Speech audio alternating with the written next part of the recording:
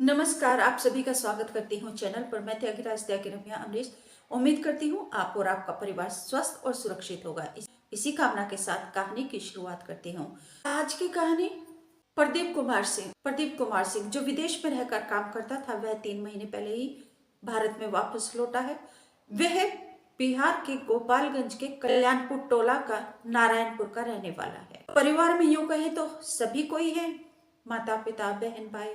निजी फैमिली की बात करें तो पत्नी है और 3 बच्चे। बच्चों में हिमांशु सबसे छोटा, जिसकी उम्र 6 साल, बेटी प्रीति और सबसे बड़ी बेटी अंजलि। बच्चे गांव के ही एक पब्लिक स्कूल में पढ़ते हैं और इसी पब्लिक स्कूल में प्रदीप कुमार सिंह की पत्नी मुन्नी देवी भी टीचर है। वे पढ़ाने जाती है, क्योंकि पति अगर विदेश में रहता है तो पत्नी ने भी अपना ये काम कर लिया। कमाई की कमाई है और साथ में सामाजिक सेवा भी है, सामाजिक कार्य भी है। ये बहुत अच्छा कार्य उसने किया। लेकिन शुक्रवार 7 फरवरी 2025 को कुछ ऐसा हुआ कि सबकी रूह कांप गई, जिसने भी सुना, और गांव में मातम पसरा हुआ है। क्या हुआ है, ऐसा क्या हुआ है गांव में, और किसने किया है और क्यों हुआ है, पूरी कहानी आपको सुनाती हूँ। बस आपसे निवेदन करती हूँ, प्लीज जल्दी से चैनल को सब्सक्राइब कर लीजिए। घंटी दिखाई दे रही है, इसको दबाकर ऑल पर सेलेक्ट कर लीजिए। मेरे फैमिली मेंबर बन जाइए, क्योंकि मेरी जिंदगी की हर खुशी सिर्फ आप हैं। शुक्रवार 7 फरवरी 2025 को मुन्नी देवी स्कूल न जाकर अपनी देवरानी और देवर के साथ उत्तर प्रदेश के देवरिया गई थी। शायद देवरानी या देवर को बीमार चल रहे थे, उनके इलाज के लिए, उनको डॉक्टर को दिखाने के लिए। लेकिन इसी बीच दोपहर के समय अरविंद कुमार स्कूल में जाता है और अपने बेटे हिमांशु को और बेटी प्रीति को साथ लेकर घर पर वापस आता है। स्कूल ओवर होने से पहले ही वह बच्चों को घर ले आता है, 2 बच्चों को। घर पर आकर वह अपने कमरे में जाता है और कमरे में से कुछ पैसे अपनी बेटी प्रीति को देता है और उसे दुकान पर भेज देता है कुछ सामान लाने के लिए। इसके बीच में फिर वह अपने बेटे को पीटना शुरू कर देता है।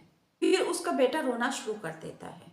उसकी माँ शोर मचाने लगती है। घर में माहौल गर्म हो जाता है। उसकी माँ शोर मचाने लग जाती है, माहौल गर्म हो जाता है।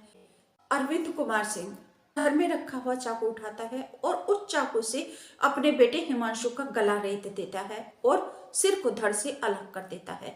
फिर उसको एक बोरी में रखता है और उसे लेकर दरवाजे पर बैठ जाता है। शायद वह पुलिस का इंतजार करने लगा हो। इसी बीच इलाज के लिए उत्तर प्रदेश के देवरिया गए हुए पत्नी मुन्नी देवी और देवर देवरानी, वो सब वापस ही आ रहे थे कि रास्ते में ही उनको फोन जाता है घर से। गांव वाले करते हैं या इस प्रदीप कुमार की माँ करवाती है। उनको जानकारी, उनको सूचना दी जाती है कि जल्दी से घर पर वापस आ जाओ। वे जल्दी से घर पर वापस आते हैं। जब घर पर आते हैं तो वह देख कर हक्का बक्का रह जाते हैं। उनकी रूह कांप जाती है, क्योंकि अरविंद कुमार सिंह घर के दरवाजे पर जो बोरा लेकर बैठा हुआ था, उससे खून रिस रहा था। अरविंद के छोटे भाई दुर्गेश ने जब वह बोरा खोलकर देखा तो उसकी रूह कांप गई, क्योंकि उसमें बेटे हिमांशु की लाश पड़ी हुई थी। बेटे हिमांशु का शव था। ये खबर गांव में आग की तरह फैल गई। दुर्गेश ने पुलिस को सूचना दी। पुलिस आ गई और जो एफएसएल टीम वगैरह है, वो पूरी टीम आ गई वहां से सबूत इकट्ठा करने के लिए। अरविंद कुमार के मां ने शोर मचाए तो पूरे गांव के लोग भी इकट्ठा हो गए थे। सब लोग जमा हो गए थे और पुलिस के अधिकारी, हथवा एसडीपीओ आनंद मोहन भी मौका वारदात पर पहुंच गए। अधिकारियों ने वहां पर मुआयना किया, जायजा लिया घटनास्थल का। शव को कब्जे में लेकर पोस्टमार्टम के लिए भेज दिया और अरविंद कुमार को गिरफ्तार कर लिया। अरविंद कुमार के छोटे भाई दुर्गेश ने पुलिस को फोन करके सूचना दी। पुलिस मौके पर आ गई, अधिकारी आ गए। हथवा एसडीपीओ आनंद मोहन मौके पर पहुंच गए और उन्होंने मौका वारदात का जायजा लिया। शव को बरामद करके पोस्टमार्टम के लिए भेजा।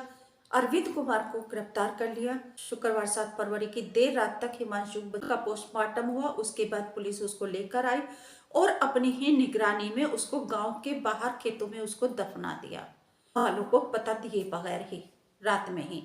गांव वालों को सुबह होने पर पता चली कि शव को दफना दिया तो गांव वालों ने आक्रोश किया।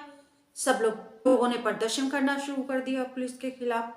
पुलिस ने जैसे तैसे करके मामले को शांत किया। लोग शांत हुए और पुलिस ने लोगों को आश्वस्त किया है कि जल्दी से जल्दी चार्जशीट दाखिल की जाएगी और स्पीडी ट्रायल में कड़ी से कड़ी सजा अरविंद कुमार सिंह को दिलवाई जाएगी।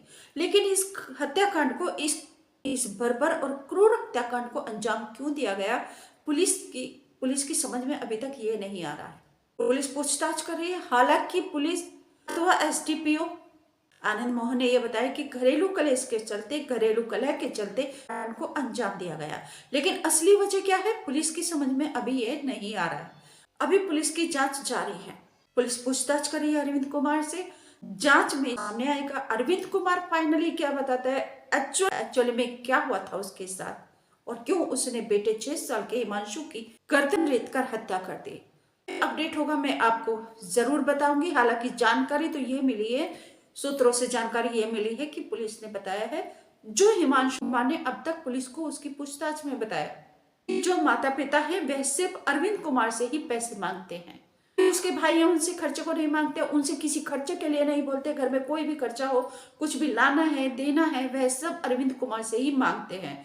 वह मना करता है, उसके पास पैसे नहीं है, तो फिर उसके ऊपर दबाव बनाते हैं कि यहाँ से घर छोड़कर चले जाओ, अपना घर कहीं पर भी बना लो, अपने परिवार को लेकर कहीं भी रहो।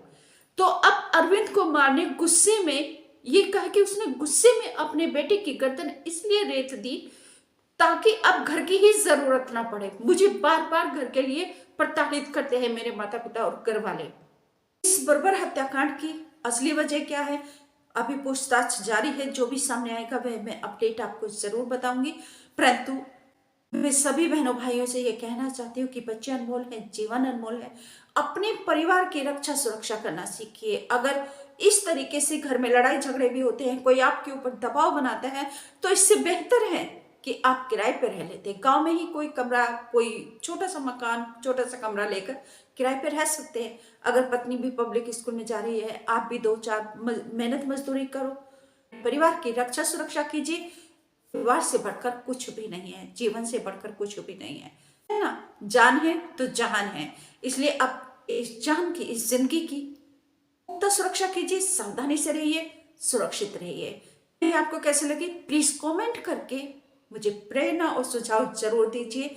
वीडियो को लाइक करके शेयर भी जरूर कर दीजिए और पुनः निवेदन करती हूँ, अगर अभी तक चैनल को सब्सक्राइब नहीं किया तो जल्दी से चैनल को सब्सक्राइब कर लीजिए, घंटी को दबाकर ऑल पर सेलेक्ट कर लीजिए। नमस्कार, थैंक यू।